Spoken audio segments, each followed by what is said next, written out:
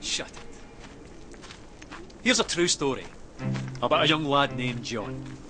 Just a local farm boy, but there was something special about the lad. A glint in his eye, a fire in his belly, a spring in his step. And one day, he went for a walk. Now this walk began when his father died. The year was 1819, and he was just 14 years old. Bereavement counselling. Well, these were the days when young boys were sent into the fields. The mills, the mines, tough times. But young John was smart enough to be lucky.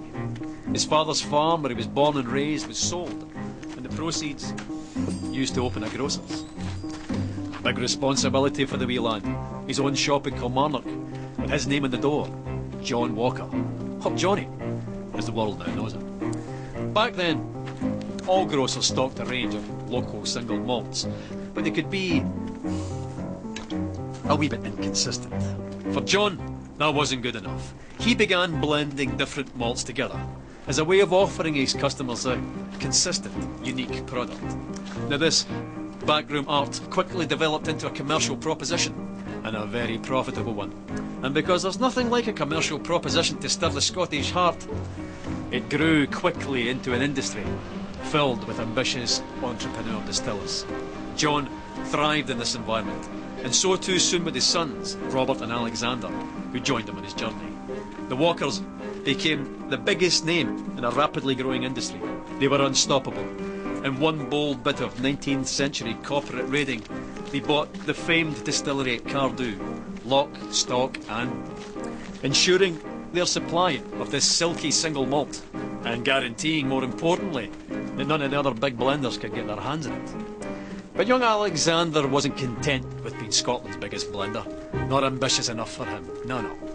He convinced the ship's captains of Glasgow to act as agents for him, and drove the whisky bearing his father's name across the globe. By 1860, he had developed the square bottle. Now, with a label at an angle of precisely 24 degrees. No big deal, you might think, but you'd be wrong. The square bottle meant less breakages and more bottles per shipment. The diagonal label meant larger type, and together that meant Johnnie Walker had unmistakable presence on any shelf in the world. The bottle became an icon, and the rich liquid it contained sought after and consumed across the globe. Quite a character, Alexander Walker. Master of the blender's art. Ambitious, uncompromising, Mr. Walker. It was John's grandsons, George and Alexander II's turn to join him on his journey. They led the brand into the 20th century. By 1909, they had developed the iconic red label and black label, and persuaded Tom Brown, the best young illustrator of the day, to sketch a striding man in a napkin during a business lunch.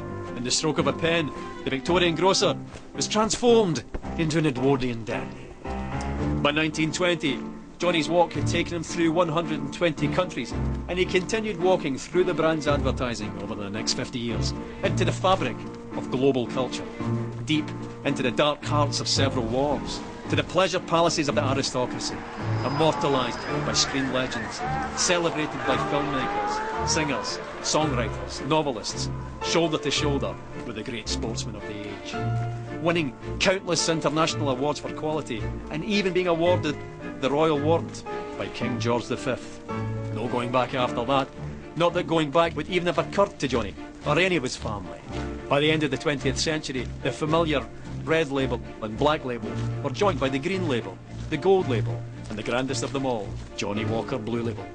By the beginning of the 21st century, Johnnie Walker wasn't just the world's biggest whisky brand, but an international symbol of progress. The brand's keep walking mantra, adopted by pro-democracy protesters and parliamentary speechwriters. What would the farm-born Victorian grocer have thought of all of this? He'd have loved it. A Victorian farm-born grocer he might have been, but he and the family that followed him were possessed by a fiery ambition with the skill and intelligence to match. 200 years later, and Johnnie Walker's still walking, and he's not showing any signs of stopping.